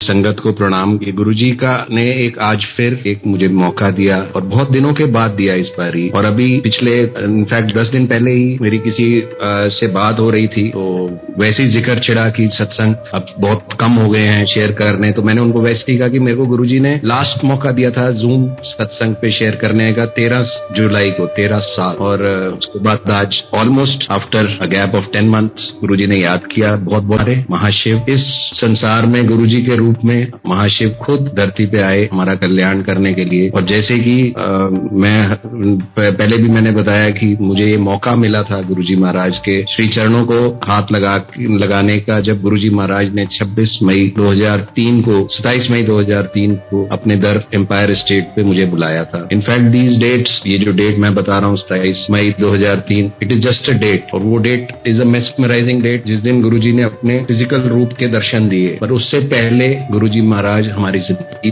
The day from when we are born, इस जन्म में, पिछले कितने ही जन्मों में गुरु महाराज हमारे साथ रहे हैं। और मेरे साथ तो ये साक्षात हुआ कि जब 1996 गुरुजी चंडीगढ़ में आए कुछ समय के लिए, पंचकुला और फिर उसके बाद चंडीगढ़ सेक्टर 34। तो गुरुजी ने मुझे भी अपने पास बुलाया सेक्टर 44 में। इन 1996 एक प्रोजेक्ट मिला मुझे, मेरा कंस्ट्रक्शन का काम है, उस कंस्ट्रक्शन के चलते मुझे प्रोजेक्ट मिला 1996 में Chandigarh. Unaware of, I was not totally aware of Guruji. मेरे को कुछ गुरुजी के बारे में नहीं पता था। मुझे ये भी नहीं पता था कि गुरुजी सेक्टर 34 में है। I was totally unaware of Guruji, Guruji's महिमा। उस समय मुझे कुछ नहीं पता था। एंड 96 में चंडीगढ़ में Guruji blessed me with a daughter. और इट वॉज सितंबर 1996 और इट वॉज अ मंडे जब गुरुजी ने ब्लेस किया, अपनी बेटी को मुझे दिया। और एग्जैक्टली आफ्टर 3 days, थर्सडे जो भी आया, थर्सडे उसके बाद थर्सडे को we received a beautiful bouquet, bunch of yellow flowers, yellow गुलाब थे उसमें, बहुत ही सुंदर बुके था। और कहना हमारे को देने, उस समय तो ये सब कोरियर्स और ये तब बहुत रेयर हुआ करते थे 1997 में। But some person came and delivered that bouquet to us. और उन्होंने कहा जी कि बस आपके लिए बुके है। मुझे तो ये कहा गया कि इस घर में ये बुके दे आओ। किसने दिया उसने कोई नाम नहीं बताया कि जी मुझे नहीं पता। मेरे को तो डिलीवरी, मैं तो दुकान से आया हूँ, उस दुकान पे उन्होंने मुझे कहा कि इस जगह पे डिलीवर कराओ। तो कौन कर सकता है ऐसा कि एक अनजान शहर में, जब 96 में when I was in Chandigarh, मैं किसी को भी नहीं जानता था। It was a new city for me. और सिवाय मेरे अंकल, मेरे चाचा जी वहां रहते थे, और मैं किसी को भी नहीं जानता था चंडीगढ़ में, एक्सेप्ट फॉर माई नेबर्स। एक आगे पीछे नेबर्स जो 2-4 घर थे। और सबसे पूछा, हमने नेबर से पूछा कि आपने तो नहीं भेजा, आपने तो नहीं भेजा। तो किसी ने नहीं भेजा। तो किसने भेजा? वो गुरु महाराज ने भेजा। गुरु महाराज ने उससे वो एक अपना सिंबल भेजा, एक अपना मैसेज भेजा कि मैं तुम्हारे साथ हूँ। और ऑब्वियसली हमारी वो आंखें नहीं थी उस समय कि हम पहचान पाते ये किसने भेजा। तो वी जस्ट टुक इट कि हाँ पता नहीं गलती से आ गया। हमारा तो यही थॉट रहा कि गलती से आ गया। पर आज व्हेन आई रियलाइज कि 1996 to 1997 and I was there,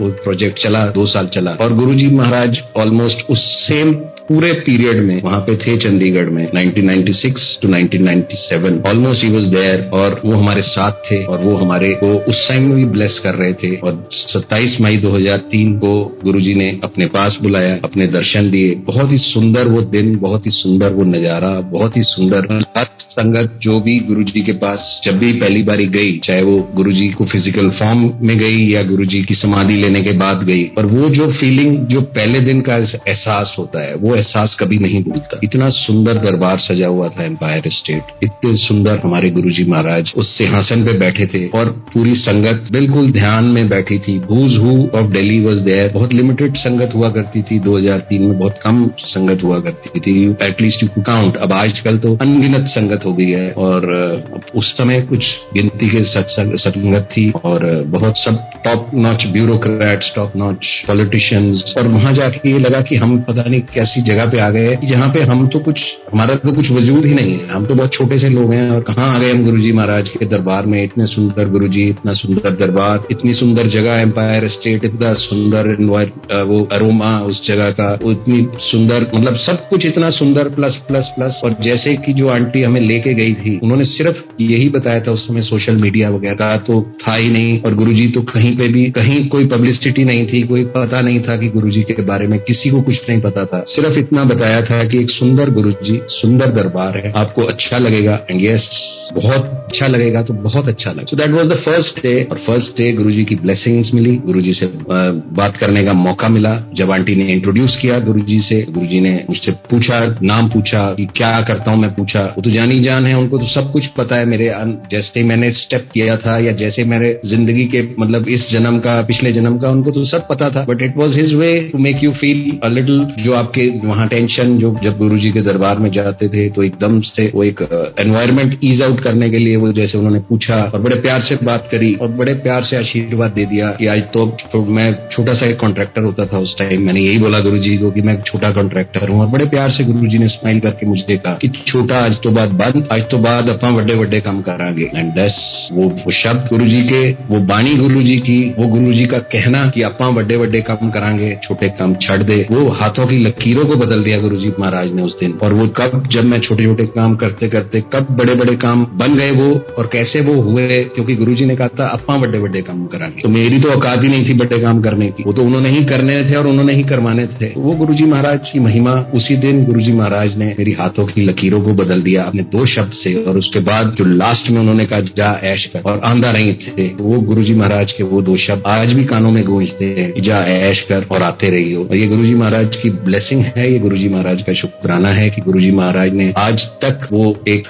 जो आते रहने का वो जो इन्विटेशन है, क्योंकि गुरुजी महाराज की आज्ञा के बगैर तो कोई गुरुजी महाराज के दर पे जा नहीं सकता, वो गुरुजी महाराज ने बख्शा हुआ है। और वो शुक्राना है गुरुजी का कि आज भी गुरुजी महाराज बुलाते हैं अपने बड़ाई से। और in fact I was in Dubai last month, मेरे को जाने का मौका मिला दुबई में, और गुरुजी महाराज की वहां पे भी उस इतना शुक्राना है कि गुरुजी महाराज ने मुझे वहां भी याद रखा दुबई में, और एक सत्संग पे बुलाया अपने दर्शन कराने के लिए, अपनी ब्लेसिंग देने के लिए। और जब मैं उस सत्संग में गया और मैंने वहां पे सत्संग शेयर करना शुरू किया, जिस आंटी के घर वो सत्संग था, तो आंटी ने कहा कि ये सत्संग मैंने इतनी बार सुना हुआ है कि मुझे मुंह जबानी याद था कि अब आप ये बताएंगे, अब आप ये बताएंगे, अब आप ये बताएंगे। तो दैट टाइम आई रियलाइज्ड कि गुरुजी महाराज का जो सत्संग है वो तो वही है। और yes, it is a repetition, क्योंकि unless and until there is a new blessing which comes in your way, otherwise जो ब्लेसिंग आपको मिली वो तो आपको मिली और वही आप ब्लेसिंग शेयर कर रहे हैं। तो मैं अपने दिमाग में, मेरा उस दिन से ऑलमोस्ट अ मंथ बैक, ये मेरे दिमाग में चलता रहा कि जो मैं सत्संग,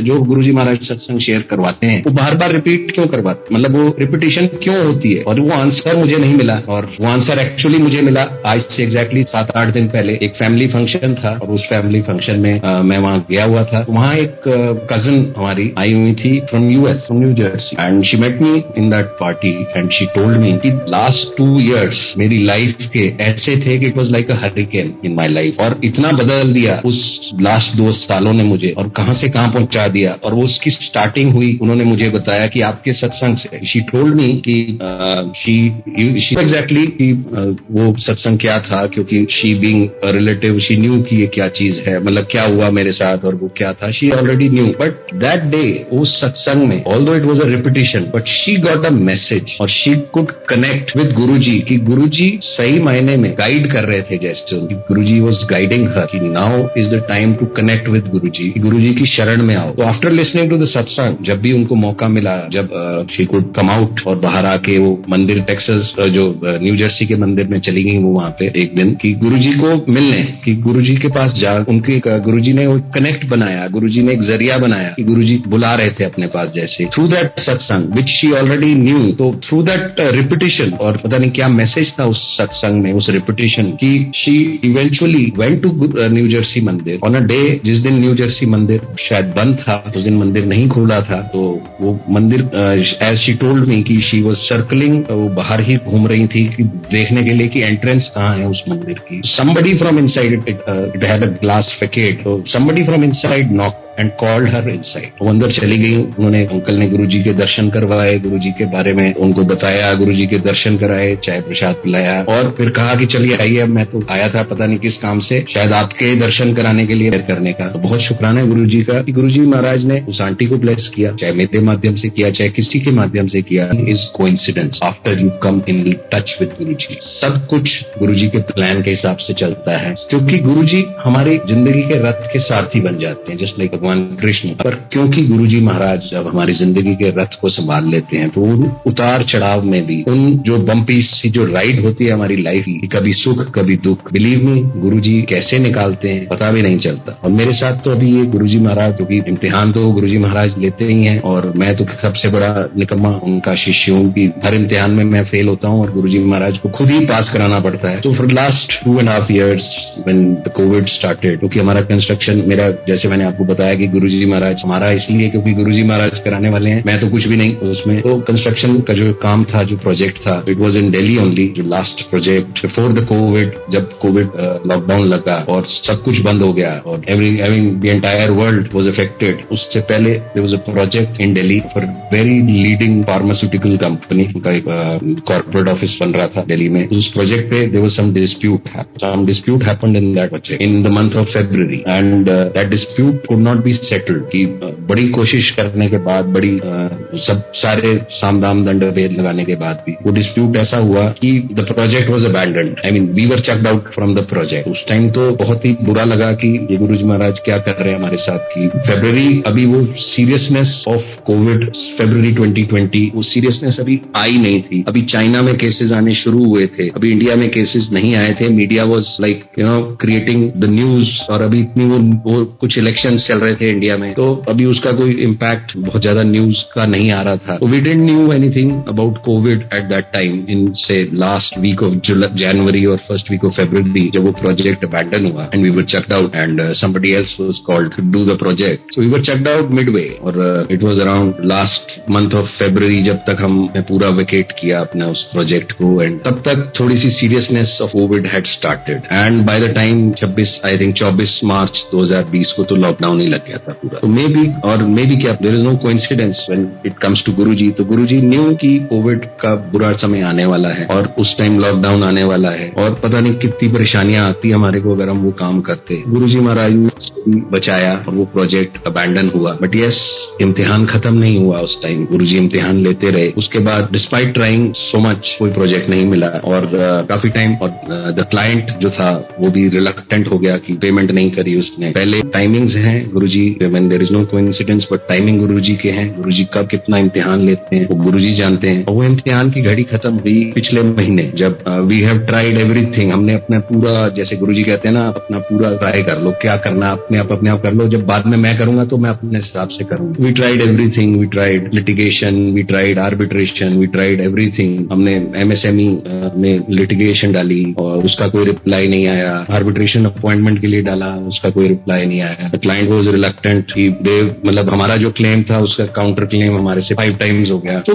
that tension, that stress was on and on and on, and the last thing was to go to the high court. और उस हाई कोर्ट में हमें एप्लीकेशन डालनी थी for appointment of arbitrator, and it was a affair. Getting a arbitrator appointed from High Court, it was a costly affair. So, but we were ready कि ठीक है, जब we have to fight, we have to fight. All of a sudden, गुरुजी की महिमा देखिए कि MSME में जो हमने litigation डाली आज से almost 1.5 साल पहले, और जिसका reply found a council to settle our grievances, that was the last reply which came से 1.5 महीने पहले आया। तो देन वी गेव अप कि अब ये इधर तो कुछ नहीं होगा। बट गुरुजी जानी जान है। All of a sudden last month a letter came from them, they have appointed a conciliator in the matter to sort out the dispute. और उन्होंने बहुत ही अच्छा एक तगड़ा सा नोटिस क्लाइंट को भेजा और क्लाइंट को बोला कि इधर यू सेटल द अकाउंट और N arbitrator will be appointed by them which will look into the matter, and the payment along with the delay of interest, a huge interest of 27% will be awarded to us. So that was the turning point in the entire situation. और गुरुजी महाराज ने कितनी आसानी से उसको ऐसा turn कर दिया। That conciliation process is going on now. जो पार्टी पिछले 1.5 साल 2 साल से बात करके भी राजी नहीं थी, आज they are ready to settle ASAP, मतलब जितनी जल्दी से जल्दी हो जाए। They are in a hurry to finalize. तो गुरुजी महाराज इम्तिहान तो लेते हैं और इम्तिहान में पास भी करते हैं। There is no coincidence when it comes to Guruji, it was all his plan। क्या प्लान है उसमें हमारी, हम ये सोचते हैं कि हमारी इसमें कोई अच्छाई, हमें गुरुजी ने पता नहीं इतना टाइम क्यों लगा दिया, गुरुजी ने इतने 2 साल हमारे को पेमेंट क्यों नहीं आई, या हमारा ये काम क्यों नहीं हुआ, या हमारा XYZ जो हम चाहते हैं वो क्यों नहीं हुआ। But believe me, all Guruji's plan कि कब हमें क्या मिलना है, एंड इस टाइमिंग्स आर इमैक्युलेट। वो जानते हैं कि कब किसको क्या चाहिए। तो मे be the payment which I am receiving now, मुझे अब उसकी ज्यादा जरूरत थी और पहले ना थी, ये गुरुजी जानते हैं। तो थैंक यू गुरुजी, शुक्राना है कि कैसे जिंदगी के रथ को गुरुजी चलाते हैं। हमें नहीं पता कब क्या मोड़ आ जाए जिंदगी में, हमें नहीं पता। बट एक चीज हमें पता है कि गुरुजी महाराज हमारी जिंदगी में हैं तो कभी कुछ बुरा नहीं हो सकता। He'll definitely send some guardian angel in your life। जैसे मेरी जिंदगी में हमें लगा कि गुरुजी चले गए तो पता नहीं पूरी कायनात ही लुट गई हमारी, अब हमारा क्या होगा। बट गुरुजी ने वो विश्वास दोबारा थ्रू सत्संग, जैसे आज Zoom पे सत्संग हैं और अदर सत्संग प्लेटफॉर्म है, तो गुरुजी महाराज ने वो एहसास, सब बड़े मंदिर में सत्संग हुआ करते, पुरानी संगत बैठ के अपने सत्संग शेयर किया करती थी, और गुरुजी महाराज ने इतना विश्वास दिलाया कि मैं कहीं गया ही नहीं, मैं तो तुम्हारे साथ, बस तुम्हें उस गुरुजी को उस पे सरेंडर करना है, गुरुजी पे सब कुछ छोड़ना है। वो एहसास जब आया, वो एहसास आते आते 2010 हो गया, टाइम लगा, पर गुरुजी ने वो एहसास दिलाया कि गुरुजी महाराज जी हमारी जिंदगी के साथी हैं, तो हमें कोई चिंता करने की जरूरत नहीं। तो इन 2012 गुरुजी महाराज ने गार्डियन एंजल भेजा मेरी जिंदगी में through my email ID jayguruji@gmail.com।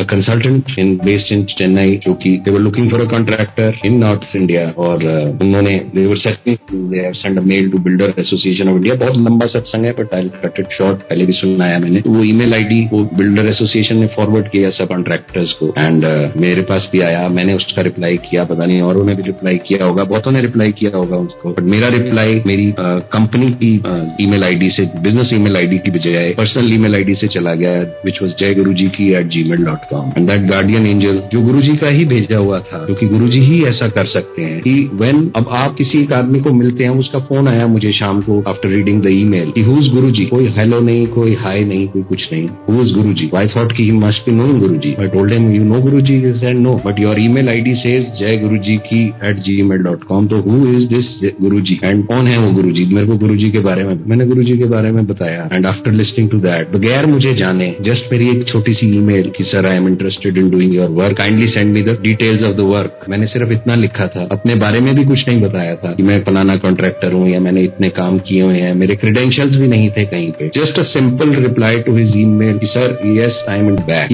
एक आदमी जो मुझे कभी जिंदगी में मिला नहीं, एक आदमी जो कि एक कॉन्ट्रैक्टर ढूंढ रहा है और वो इतना कॉशियस है कि instead of searching for a contractor through newspaper जिसमें वो एड देता या कुछ देता, he was so cautious, he was so particular कि बिल्डर एसोसिएशन ऑफ इंडिया ही मुझे कोई कॉन्ट्रैक्टर देगी कि कल को कोई लिटिगेशन होती है, कल को कुछ प्रॉब्लम होती है तो बिल्डर एसोसिएशन विल मीडिएट। जो इतना पर्टिकुलर है, जो इतने टाइम से एक कॉन्ट्रैक्टर को ढूंढ रहा है और नहीं करा पा रहा है काम, वो all of a sudden just by the name of, just by जय गुरुजी की इतना बड़ा प्रोजेक्ट, उस टाइम वो प्रोजेक्ट अराउंड 4 या 5 करोड़ का था, जो 4-5 महीने में ही करना था, construction project. It was a good enough project, अच्छा एक अमाउंट का प्रोजेक्ट था कि इस अमाउंट का प्रोजेक्ट कोई कैसे कर सकता है। इवन आज या जो आप या हम किसी एम्प्लॉय को भी रखते हैं, किसी ड्राइवर को रखते हैं, किसी हेल्पर को रखते हैं, किसी मैनेजर को रखते हैं, पहले उसका क्रेडेंशियल देखते हैं, पहले उसका देखते हैं कि वो केपेबल भी है या नहीं है, तभी उसको रखते हैं, अदरवाइज तो आप नहीं रखेंगे ना। तो मैंने भी उनको यही बोला कि आपने मेरे क्रेडेंशियल्स नहीं देखे, आप मुझे जानते नहीं, तो आप मुझे कैसे काम दे सकते हैं? I mean I don't understand this. And he said कि नहीं, your Guruji wants you to do this work, so when can you start the work? It was his simple question. और मैं मूर्ख ये नहीं समझ पाया कि गुरुजी ने क्या ब्लेसिंग दे दी मेरे, क्या क्या ब्लेसिंग भेज दी। और मैं उनसे बहस कर रहा हूँ कि नहीं जी मैं तो आपको जानता नहीं, मैं कैसे कर सकता हूँ आपका ऐसे काम, पहले आप मुझे बताओ कि आप कौन हो। तो मैं उल्टी गंगा बहा रहा हूँ और वो कह रहे हैं कि your Guruji wants you to do the work. जो गुरुजी ने मुझे पहले दिन ब्लेसिंग दी अपने दरबार में कि अपना बड़े बड़े काम करांगे, this was a clear example of Guruji doing the work for me. मैं कुछ नहीं कर रहा था, मैंने कुछ भी नहीं किया। कैसे वो ईमेल मेरी बिजनेस आईडी से नहीं गई, पर्सनल आईडी से गई, गुरुजी ने करवाई। वो मेल गुरुजी ने भिजवाई उस पर्सनल आईडी से। और क्या थॉट उस कंसल्टेंट के अंदर आया, वो सब गुरुजी ने डाला। And believe me sangat ji, that was the beginning of a long journey with that multinational company जिनका वो कंसल्टेंट थे। They were specialising in making cold stores, super speciality cold chain, जो top of the line state of the art cold stores all across India. तो that was just the beginning कि वो पहला project जो पलवल में मुझे मिला, जो गुरुजी ने दिया, गुरुजी ने करवाया, that was the beginning of what the blessing which he gave. So his timings Guruji के हैं, कब वो ब्लेसिंग पूरी होगी, कब वो चीज पूरी होगी, वो गुरुजी के हाथ में। पर बिलीव मी, जब गुरुजी ने कि हम शरण में आ गए तो बुरा तो हमारे साथ नहीं हो, गुरुजी कभी बुरा होने ही नहीं दे, तब कभी अच्छा चलेगा गुरुजी महाराज की कृपा से। और वो ब्लेसिंग चली, आगे भी चली। And again it was a chain, जैसे गुरुजी ने उस ब्लेसिंग से कितने लोगों को ब्लेस किया, कितने सारे लोग मेरे साथ जुड़े थे, जो मेरे एम्प्लॉइज, जो मेरे वर्कर्स, सबको गुरुजी ने ब्लेस किया। क्योंकि गुरुजी की स्वरूप सबसे पहले स्थापित होता था उस जहाँ पे भी हमें काम मिलता था, कहीं पे भी, एनीवेयर। और मोस्टली जितने भी कोल्ड स्टोर्स बनते थे, ये सारे cold stores out of the city limit बना करते थे। कोई भी agricultural, the overall on a agricultural land outside much outside the city limits, कोई 25 किलोमीटर, कोई 40 किलोमीटर, कोई 50 किलोमीटर दूर है शहर से। और हर जगह जंगल हुआ करता था, एग्रीकल्चरल लैंड हुआ करता था, कोई डेवलपमेंट नहीं होती थी। और ऑल ऑफ अ सडन वहां जाना इतनी जंगल में, the day we used to reach the site and we used to see कि एक और जंगल मिल गया हमारे को, और इस जंगल में हमारे को बिल्डिंग बनानी है। और जैसे ही जब भी हम किसी भी साइट पे जाते तो ढेरों सांप हमारा वेलकम किया था। और जिस दिन गुरुजी महाराज का मूर्ति स्थापित हो जाती थी, वहां स्वरूप स्थापित हो जाता था, सांप कहाँ चले जाते थे पता ही नहीं। तो गुरुजी महाराज ने बहुतों को ब्लेस किया, गांव के गांव को ब्लेस किया। भुवनेश्वर में प्रोजेक्ट मिला, सुनामी आया, ये फाइलिन साइक्लोन आया अक्टूबर 2013 में, पूरे के पूरे गांव को बचाया। वो पूरा सत्संग मैंने पहले भी शेयर किया था कि पूरे का पूरा गांव तबाह हो गया, आसपास के 25 किलोमीटर के पेड़ उखड़ गए सारे, जहां हमारा प्रोजेक्ट था। हमारा वो टीम का स्ट्रक्चर जो जिसमें गुरुजी महाराज स्थापित थे, गुरुजी महाराज बैठे थे, पूरा गांव के लोग उस टीम के स्ट्रक्चर में रात को रुके जिस रात को वो फाइलिन तूफान आना था। इस सत्संग मैंने पहले भी शेयर किया, बहुत लंबा सत्संग है, पहले भी शेयर किया कि जो तूफान 250 किलोमीटर पर आवर की स्पीड से चल रहा था 8 बजे, and it was to hit Gopalpur coast at 250 kilometre per hour की स्पीड पे हिट करना था। It was a category 5 cyclone जो बहुत ही बड़ी तबाही लेके आया था, बहुत ही बड़ी तबाही ला सकता था। पर गुरुजी ने उस तबाही को कितना मिनिमाइज किया, कैसे मिनिमाइज किया। 2 घंटे वो साइक्लोन कहाँ रहा, साइक्लोन हिट किया तो it hit at around 180 kilometre per hour. There was devastation, काफी नुकसान हुआ, काफी गांव उजड़े, हमारा आसपास का गांव भी उजड़ गया। पर एक सारे गांव वाले जो उस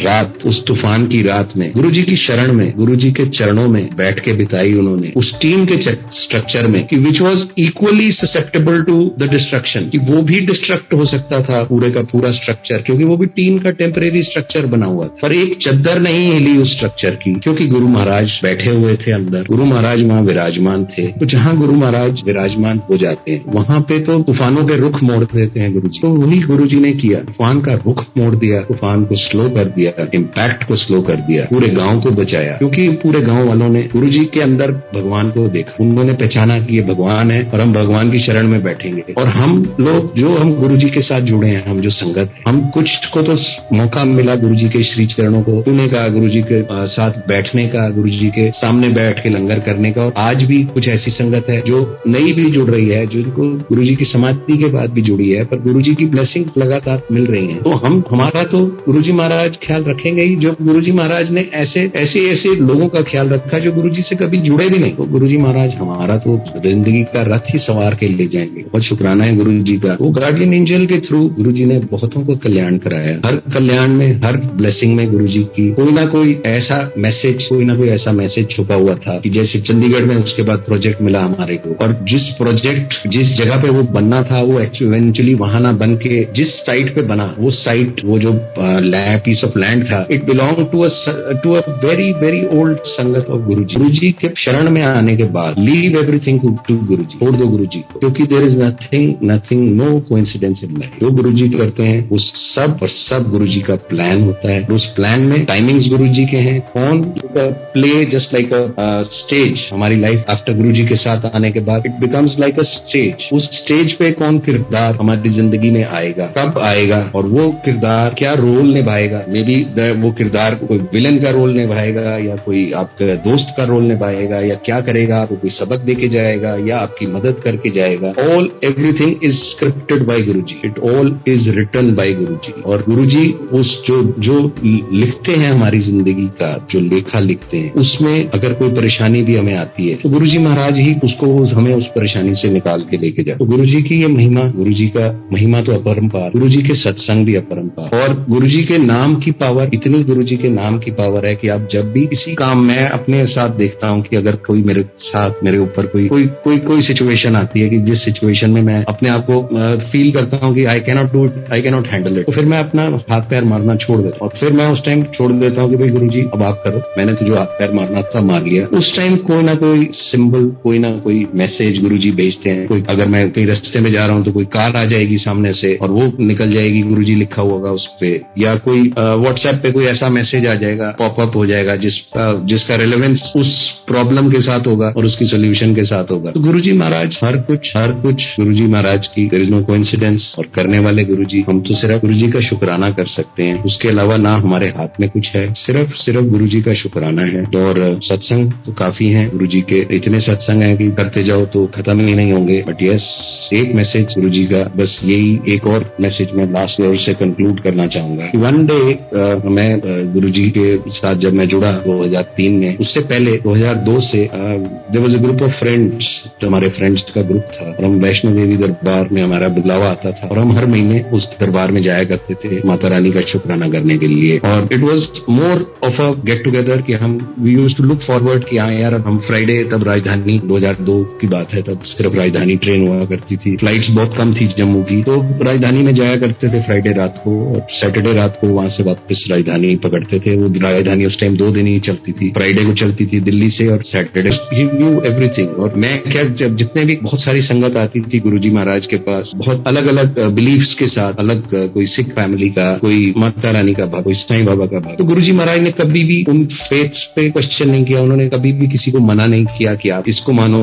मुझे मानो, इसे ना मानो। गुरुजी महाराज ने कभी किसी को कुछ मना नहीं किया। But one day I got a message from Guruji, और गुरुजी ने बड़ी clear and loud and clear English में मुझे वो मैसेज दिलवाया, व्हिच ही सेड कि it is not important for you to see the god, it is important for god to see. And it was an eye opener for me basically, कि एक इतना बड़ा message गुरुजी ने इतने छोटे सरल तरीके से मुझे दिया कि it is not important for you to see the god, it is important for god to see you. तो मतलब हम, गुरुजी महाराज ने ये मैसेज दिया कि हम अपने आप को सुधारें, गुरुजी महाराज के कहे, जो गुरुजी महाराज कहते हैं, ने जो रास्ता हमें दिखाया है, जो जिस रास्ते पे गुरुजी महाराज हमें ले जा रहे हैं, वी हैव टू बी, हमें गुरुजी महाराज का नाम का इज्जत रखनी है कि हम अगर गुरुजी की संगत अपने आप को कहलाते हैं तो हमें ऐसा कुछ नहीं करना कि हम गुरुजी महाराज का नाम खराब हो। तो बेसिकली इतना बड़ा मैसेज गुरुजी ने मुझे दिया। And same message I got yesterday when I was listening to some, एक सोशल मीडिया पे क्लिप थी कि जिसमें एक वो बता रहे थे कि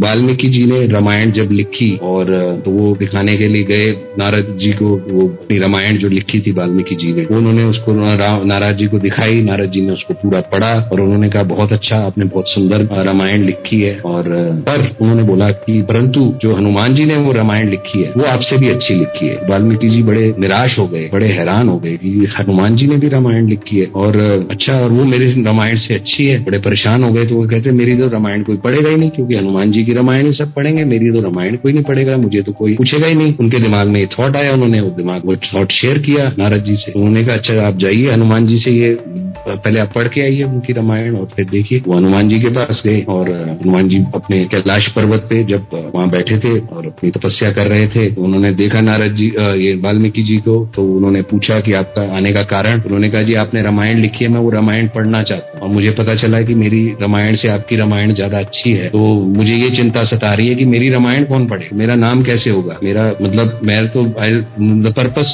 विल बी डिफीटेड। तो हनुमान जी ने वो अपने शिला पे एक अपने नाखून से वो रामायण लिखी थी, और उन्होंने उस शिला को घुमाया और नारद जी ने वो रामायण पढ़नी शुरू की, पढ़ उठाया और उड़ने लगे, और उड़ के समुद्र के ऊपर आए और उस शिला को उन्होंने पानी में डुबो दिया। तो वाल्मीकि जी बहुत हैरान हुए कि आपने ऐसा क्यों किया। तो उन्होंने, हनुमान जी ने जो जवाब दिया कि मेरे लिए तो राम का नाम बड़ा है, आपके लिए रामायण बड़ी है, पर मेरे लिए तो राम का नाम बड़ा है। वो जो गुरुजी ने बात उस टाइम बताई थी कि it is not important for you to see the god, it is important for god to see you. Yes, Guruji का नाम सबसे बड़ा है, और हमें उस गुरुजी के नाम की महिमा का हमें लाज रखनी है, और हमें अपने आप को उस रास्ते पे चलाना है जो गुरुजी ने बताया हुआ रास्ता। गुरुजी महाराज से बस यही विनती है कि हमें एक ऐसी मार्ग पे, क्योंकि वो साथी हमारे रथ के जिंदगी के, वो अच्छे राह पे लेके चलें, अपनी ब्लेसिंग्स हमें देते रहें। और बिलीव मी संगत जी, जब गुरुजी ने हमारा हाथ थामा है, वो गुरुजी कभी हमारे हाथ को नहीं छोड़ते। ये एक पत्थर की लकीर है। गुरुजी, हम जरूर भूल जाएं गुरुजी को, पर गुरुजी नहीं भूलते। मेरे साथ ऐसे बहुत सत्संग हुए हैं, मैंने शेयर भी किए कि गुरुजी अपनी संगत को हमेशा याद रखते हैं। तो maybe whatever may be the time, trust in Guruji's timing, trust in Guruji's plan. Yes, Guruji will take you out from all situations, all problems, from whatever. Guruji आपका और हम पूरी संगत का उतना ही ख्याल रखते हैं जितना वो हर, चाहे वो पुरानी संगत हो, चाहे वो नई संगत हो, चाहे वो संगत कभी गुरुजी से मिली हो चाहे ना मिली हो, हर एक के ऊपर इक्वल ब्लेसिंग देने वाले ऐसे हमारे गुरुजी हैं। बहुत बहुत शुक्राना गुरुजी का, उन्होंने मौका दिया अपना सत्संग शेयर करने का। और आप सबका भी शुक्राना, आप सबका भी धन्यवाद कि आपने इस सत्संग को सुना। थैंक यू गुरुजी, शुक्राना गुरुजी, बहुत बहुत शुक्राना। थैंक यू उनका, थैंक यू।